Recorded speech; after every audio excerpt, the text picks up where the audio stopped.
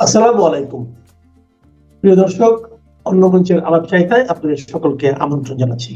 জুলাই জঙ্গি উত্থানের অন্যতম মাস্টারমাইন্ড ইউনূসের উজিরে খামোখা বিহারী মাহফুজ আলম গতকাল সামাজিক যোগাযোগ মাধ্যম ফেসবুকে লম্বা একটা স্ট্যাটাস দিয়েছে।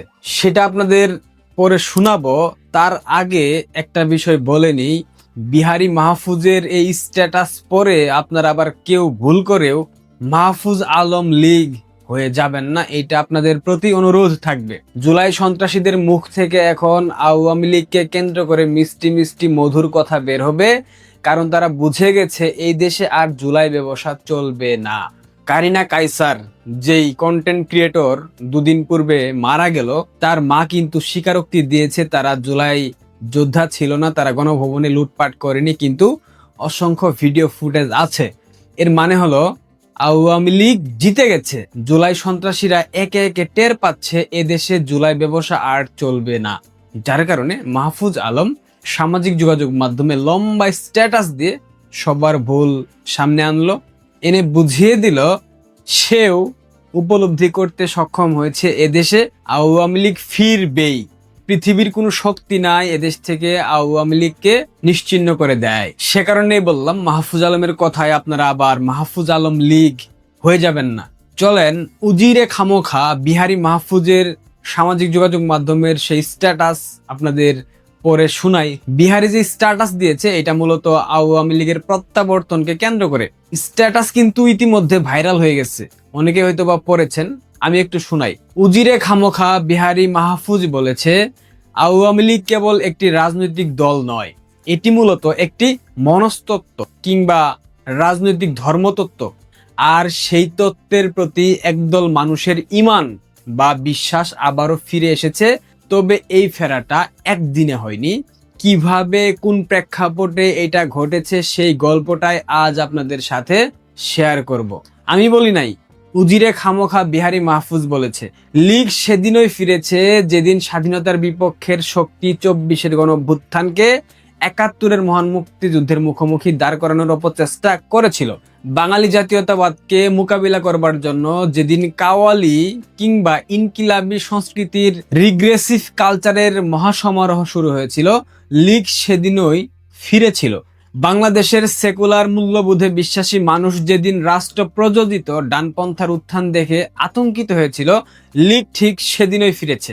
আইনের শাসনকে বৃদ্ধাঙ্গুলি দেখিয়ে যেদিন মব জাস্টিস কিংবা মবের শাসনে গত ১৭ বছরের মজলুমরা আনন্দ পেয়েছিল, লীগ সেদিনই ফিরেছিল। উগ্রবাদীরা যেদিন মাজারে হামলা করেছে, মসজিদ থেকে ভিন্ন মতের মানুষকে বের করে দিয়েছে, আর হিন্দুদের উপরে চলা নিপীড়ন নিয়ে তথাকথিত মজলুমরা নিশ্চুপ ছিল, লীগ সেদিনই ফিরেছে। মবস্টারদের যেদিন এদেশের হিরো বানানো হলো এবং উগ্রবাদীদের নিরাপদ আশ্রয় তৈরি করে দেওয়া হলো, লীগ সেদিনই বাংলাদেশের মাটিতে ফিরেছে। প্রগতিশীল কিংবা বাম শাহবাগীদের উপর হামলায় যেদিন মববাজরা উল্লাস প্রকাশ করলো, যেদিন মজলুমরা উল্লাস প্রকাশ করলো, লীগ সেদিনই বাংলাদেশে ফিরেছে। অন্তর্বর্তীকালীন সরকার যেদিন রাজনৈতিক চরিত্র হারিয়ে আমলা নির্ভর হয়ে পড়লো, যখন সিদ্ধান্ত আসতে শুরু করলো কিচেন ক্যাবিনেট থেকে, যার অধিকাংশ সদস্যই ছিল জামাত, বিএনপি কিংবা লীগের ছোপা দালাল, যাদের কাছে জুলাইয়ের রক্ত হয়ে বিপ্লব মানে ছিল কেবল নিজেদের পরিবার, প্রজন্ম আর প্রতিষ্ঠানের স্বার্থ রক্ষা, লীগ ঠিক সেদিনই বাংলাদেশে ফিরে এসেছে। ডানপন্থীদের রাজনৈতিক উত্থানের জন্য যেদিন থেকে সরকারের ভেতরের লোকজন প্রত্যক্ষ কিংবা পরোক্ষভাবে কাজ করা শুরু করেছিল, লীগ সেদিনই বাংলাদেশের মাটিতে ফিরে এসেছে। বিএনপিকে ঠেকাতে অন্তর্বর্তীকালীন সরকার যেদিন জামাতকে কুলে তুলে নিল এবং সরকার নিজেই তাদের মুখোমুখি দাঁড় করালো, অর্থাৎ বিএনপিকে, লীগ সেদিনই বাংলাদেশে ফিরেছে। জুলাই ঘোষণার মূল স্পিরিট কিংবা জুলাই সনদের রূপরেখা যেদিন আমলাতন্ত্র এবং কায়েমি স্বার্থান্বেষী গোষ্ঠীর হাতে তুলে দিয়ে বিলীন করা হলো, লীগ সেদিনই বাংলাদেশে ফিরে এসেছে। পুরো ব্যবস্থার আমূল পরিবর্তনের বদলে যেদিন ঐক্যমত কমিশন নাম দিয়ে ন্যূনতম সংস্কারের নামে জনগণকে মূল ধারা থেকে বিচ্ছিন্ন কিংবা হতাশ করা হলো, লীগ সেদিনই বাংলাদেশে ফিরে এসেছে। স্বাধীন মিডিয়া এবং সাংস্কৃতিক প্রতিষ্ঠানের উপর যেদিন হামলা প্রযোজিত হলো এবং নতুন মিডিয়া অনুমোদনে বাধা দিতে কিচেন ক্যাবিনেট একজোট হলো, লীগ সেদিনই বাংলাদেশে ফিরে এসেছে। নির্বাচন, সংস্কার এবং বিচারকে যখন একটা সস্তা ভাগবাটোয়ারার মাধ্যমে কম্প্রোমাইজ করা হলো এবং একে বিএনপি জামাতের বার্গেনিং ইস্যুতে পরিণত করা হলো, ঠিক সেদিনই আওয়ামী লীগ বাংলাদেশে ফিরে এসেছে। রাষ্ট্রীয় কমিশন, ট্রাইব্যুনাল কিংবা বিশ্ববিদ্যালয়গুলোকে যেদিন একটি নির্দিষ্ট আদর্শের লোকেদের পুনর্বাসন কিংবা ক্ষমতায় আরোহণের মাধ্যম বানানো হলো, লীগ সেদিনই বাংলাদেশের মাটিতে ফিরে এসেছে। জুলাইয়ের ছাত্ররা যখন একটি আদর্শিক বিপ্লবী সংগঠনের রূপ না নিয়ে লুম্পেন চরিত্রের ক্লাব এবং মবের ক্লাবে পরিণত হলো, লীগ সেদিনই বাংলাদেশের মাটিতে ফিরে এসেছে। ক্যাম্পাসে ক্যাম্পাসে সুস্থ গণতন্ত্র চর্চার বদলে যেদিন সংঘতন্ত্র কিংবা গ্যাং কালচার জয়ী হলো, লীগ সেদিনই বাংলাদেশের মাটিতে ফিরে এসেছে। কালচারালি কিংবা ইন্টেলেকচুয়ালি যারা জুলাইয়ের অভ্যুত্থানে বুক চেতিয়ে আমাদের পক্ষে দাঁড়িয়েছিল, তাদের ছুঁড়ে ফেলে দিয়ে যেদিন বিপ্লবের জিরো কন্ট্রিবিউশনে থাকা গুপ্তচরদের ক্ষমতায়িত করা হলো, লীগ সেদিনই বাংলাদেশে ফিরে এসেছে।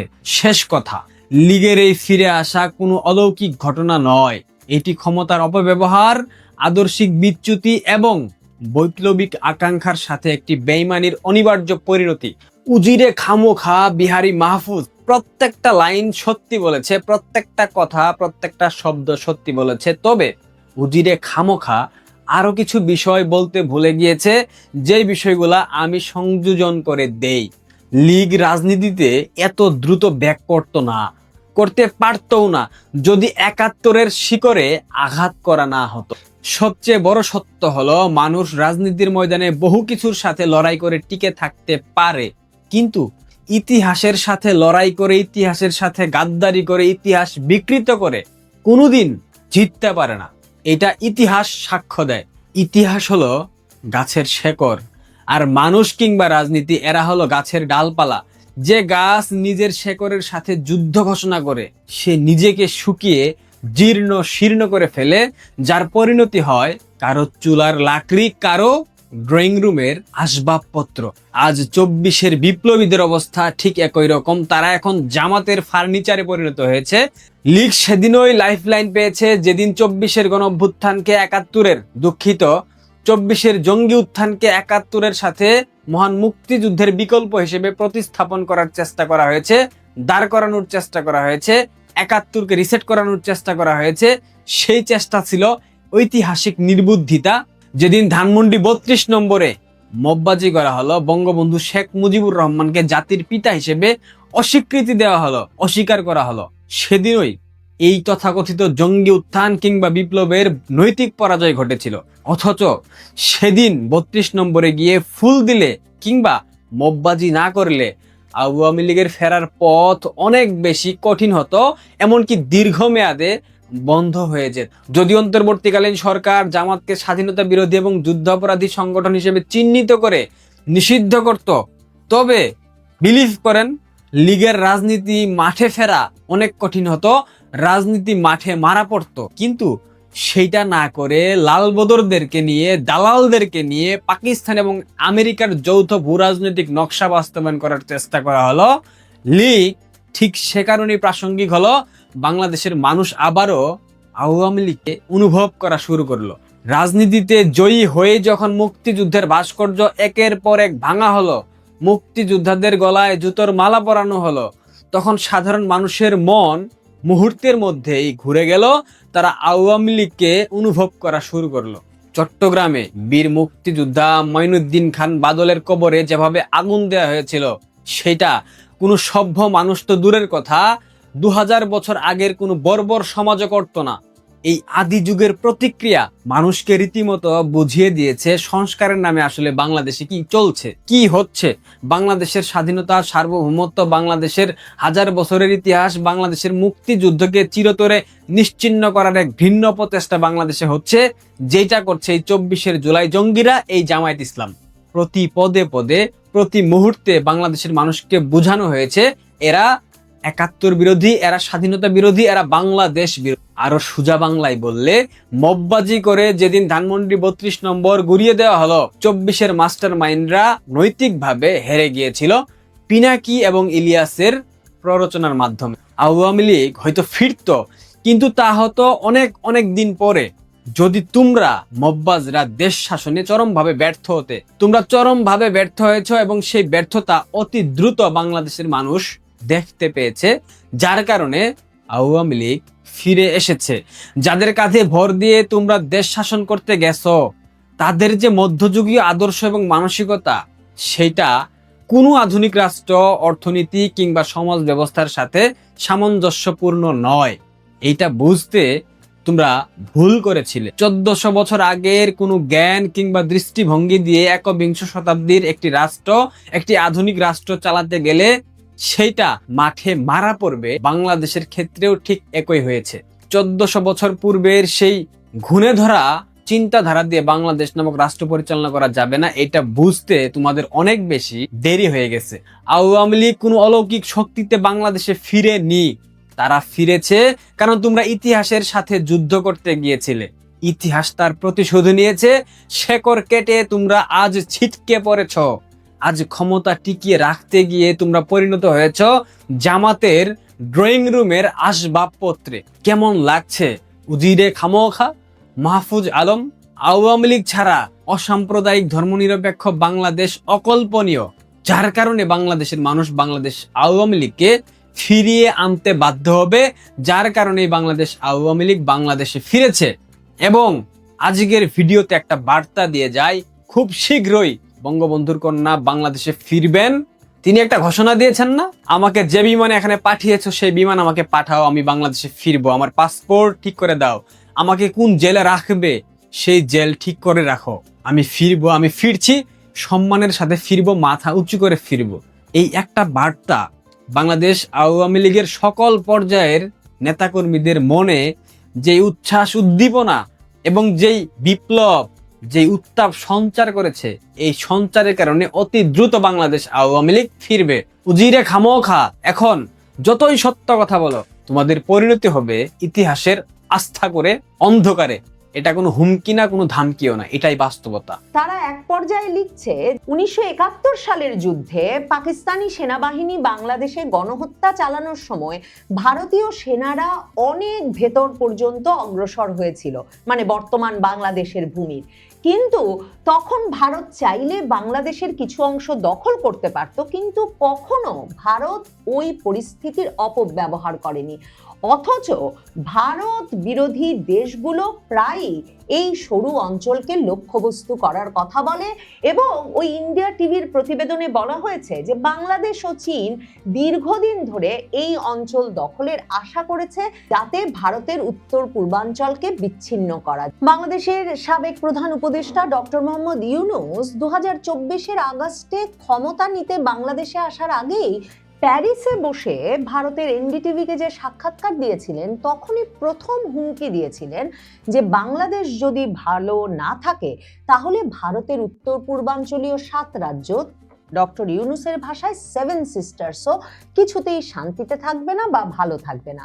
এরপর ডক্টর মোহাম্মদ ইউনূস 2025-এর মার্চে চীন গিয়ে রীতিমতো বলে বসেছিলেন যে ভারতের ওই 7 সিস্টার্সের সমুদ্রে যাওয়ার একমাত্র পথ নাকি বাংলাদেশ দিয়ে, কাজেই ভারতের ওই 7 সিস্টার্স স্থলবেষ্টিত, ল্যান্ডলকড এবং তাদের সমুদ্রের একমাত্র অভিভাবক বাংলাদেশ। কাজেই তিনি চীনকে আহ্বান জানাচ্ছেন ওই অঞ্চলে যাতে চীন বিনিয়োগ করে একটা বাজার গড়ে তোলে। ভারতের ওই উত্তর পূর্বাঞ্চলীয় রাজ্যগুলো যে আসলে তার মূল ভূখণ্ড থেকে অনেকটাই বিচ্ছিন্ন অবস্থায় থাকে, এবং সে কারণেই হাসনাত আব্দুল্লাহ, যিনি কিনা বাংলাদেশের সংসদ সদস্য, এখন তরুণ নেতা, তিনি যে 2025-এর ডিসেম্বরেও বলে বসলেন সভা করে রীতিমতো যে প্রয়োজনে ভারতের 7 সিস্টার্সকে তারা বিচ্ছিন্ন করে ফেলবেন ভারতের মূল ভূখণ্ড থেকে। এর পেছনে যে একটা মিথ কাজ করে যে চিকেন নেক নামে, শিলিগুড়ি করিডর নামে যে ছোট অপ্রশস্ত চিকন একটা পথ ভারতের মূল ভূখণ্ডের সঙ্গে ভারতের উত্তর পূর্বাঞ্চলীয় 7 আটটি রাজ্যকে যুক্ত করে রেখেছে, সেটাই যে মানে এই দুর্বলতাটাকেই যে ভারত বিরোধী রাজনীতি যারা করেন প্রতিবেশী দেশগুলোতে, তারা সবচেয়ে বেশি একটা ভারতকে বেকায়দায় ফেলার জায়গা বলে বোঝেন, মনে করেন, সেটা 2024-এর আগস্টের পর থেকে বিশেষভাবে ভারত সরকার, ভারতের সশস্ত্র বাহিনী এবং ভারতের প্রতিরক্ষা কৌশলের নজরে এসেছে। এবং সে কারণেই 2025-এ এসে ভারত কিন্তু এই চিকেন নেক সংলগ্ন এলাকায় তিনটি সামরিক ঘাঁটি স্থাপন করেছে বাংলাদেশ সীমান্তের সঙ্গে। আর এখন ভারতের কেন্দ্রীয় সরকার ওই চিকেন নেক এলাকার চারপাশের মহাসড়কগুলোর দায়িত্ব নিয়ে নিয়েছে। মমতা ব্যানার্জি যেমন বাংলাদেশের সঙ্গে সীমান্তে কাঁটাতার বসাতে কেন্দ্রীয় সরকারকে ভূমি দিতে রাজি হন নাই, বা বর্ডার গার্ডকে ভূমি দিতে রাজি হন নাই, ঠিক তেমনি তিনি ওই চিকেন নেককেও আরো সুরক্ষিত করার বা অবকাঠামোগত উন্নয়নের জন্য কেন্দ্রীয় সরকারের হাতে দায়িত্ব দিতে রাজি হন নাই। বিজেপির বরাবরের অভিযোগ যে তৃণমূল সরকার সীমান্ত এলাকায় মানে এক রকমের তাদের রাজনীতি বজায় রাখতে যে জঙ্গিবাদ, সন্ত্রাসবাদ লালন করে এসেছে বছরের পর বছর ধরে, সেই সন্ত্রাসবাদ, জঙ্গিবাদ কিংবা বিজেপির ভাষায় জামায়াতের রাজনীতি ওই জায়গায় এক রকমের আশকারা দিয়ে রাখতে, পৃষ্ঠপোষকতা করতেই মমতা ব্যানার্জি কেন্দ্রীয় সরকারকে সীমান্ত এলাকায় কিংবা চিকেন নেক এলাকায় কোনো প্রবেশাধিকার দিতে বা নিয়ন্ত্রণ দিতে রাজি হচ্ছিল না। বিজেপির মুখ্যমন্ত্রী শুভেন্দু অধিকারী মুখ্যমন্ত্রী হিসেবে পশ্চিমবঙ্গে দায়িত্ব নেওয়ার 10 দিনের মধ্যে এখন এই চিকেন নেক এলাকার দায়িত্ব বুঝিয়ে দিয়েছেন কেন্দ্রীয় সরকারকে। এই চিকেন নেক হচ্ছে, মানে কেন একে মুরগির গলার সঙ্গে তুলনা করা হয়, এর আনুষ্ঠানিক নাম শিলিগুড়ি করিডর।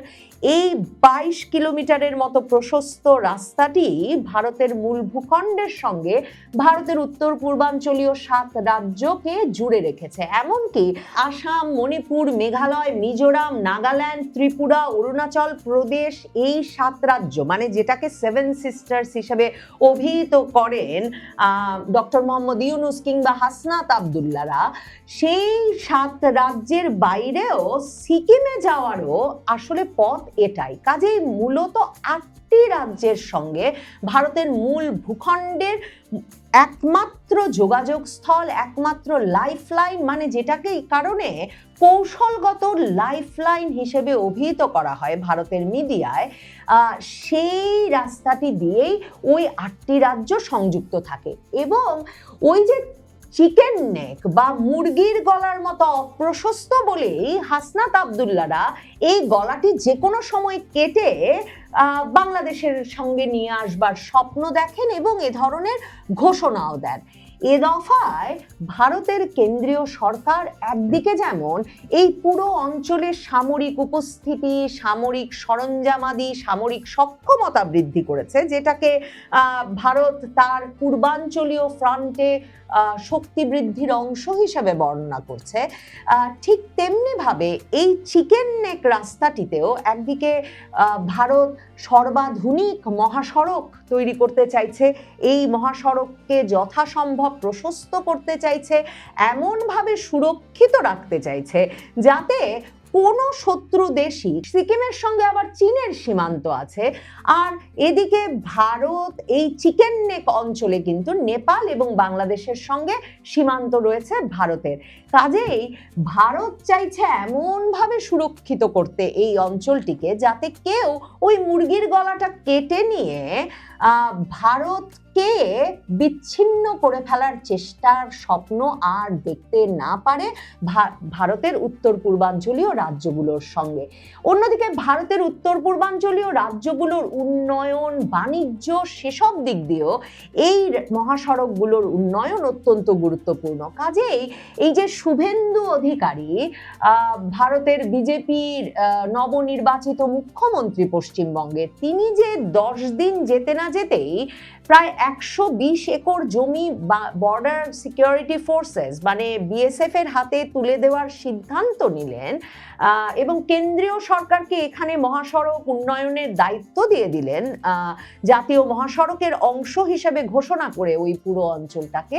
তাতে এটা পরিষ্কার যে ভারতের কেন্দ্রীয় সরকার, বিজেপি সরকার চিকেন নেকের বিষয়ে সব রকম অস্বস্তি এবং তাদের নিরাপত্তা সংক্রান্ত দুর্বলতা শতভাগ দূর করতে একেবারে অতি আগ্রহের সঙ্গে অতি জরুরি ভিত্তিতে কাজ শুরু করতে আগ্রহী। শুধু যে মহাসড়কগুলোর উন্নয়নের মাধ্যমে কেন্দ্রীয় সরকারের সরাসরি তত্ত্বাবধানে ভারতীয় সেনাবাহিনীর প্রস্তুতিকে ওই অঞ্চলে আরো শক্তিশালী করা হবে তাই নয়, মানে সামরিক সরঞ্জামাদি পরিবহনের জন্য যে কোনো সময় বিপুল পরিমাণ সেনা এবং সামরিক অস্ত্র শস্ত্র সহ সরঞ্জামাদি ডিপ্লয় করবার জন্য, মোতায়েন করবার জন্য ওই অঞ্চলে মহাসড়কগুলোকে সর্বাধুনিক এবং তার সক্ষমতা বাড়ানোকে কেন্দ্রীয় সরকার গুরুত্বপূর্ণ মনে করছে।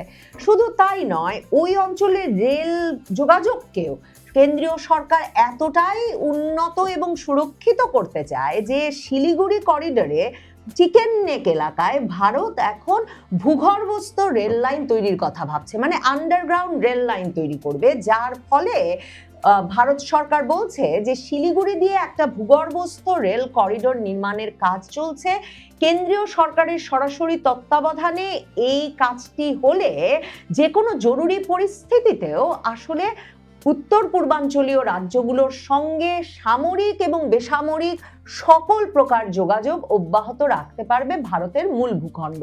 কাজেই ভারত যে ওই চিকেন নেক এলাকাটাকে ঘিরে একটা সর্বোচ্চ প্রস্তুতির কাজ শুরু করেছে এবং সেটা কতটা জরুরি ভিত্তিতে করতে চাইছে যে পশ্চিমবঙ্গে সরকার পরিবর্তন হতে না হতে এর কাজ শুরুর প্রক্রিয়া শুরু করলেন নতুন মুখ্যমন্ত্রী, তাতে এই বিষয়টা পরিষ্কার। ভারতের সংবাদ মাধ্যমগুলোতে শুভেন্দু অধিকারী এই পদক্ষেপ নেওয়ার পর, যে কেন্দ্রীয় সরকারের হাতে চিকেন নেকের দায়িত্ব তুলে দেওয়ার পর আবারও ভারতের সংবাদ মাধ্যমগুলোতে ব্যাপকভাবে এই বিষয়টি নিয়ে লেখালেখি হচ্ছে যে চিকেন নেক কেন ভারতের জন্য একটা চোক পয়েন্ট, মানে যেখানে আসলে দম আটকে মৃত্যু ঘটতে পারে, যেই জায়গাটা সবচেয়ে দুর্বলতম অংশ, সেই বিষয়টি কেন এই চিকেন নেক এলাকা বা শিলিগুড়ি এলাকা, শিলিগুড়ি করিডোর এলাকা, সেটা নিয়ে ভারতের সংবাদ মাধ্যমে নানা রকম বিশ্লেষণ ছাপা হচ্ছে।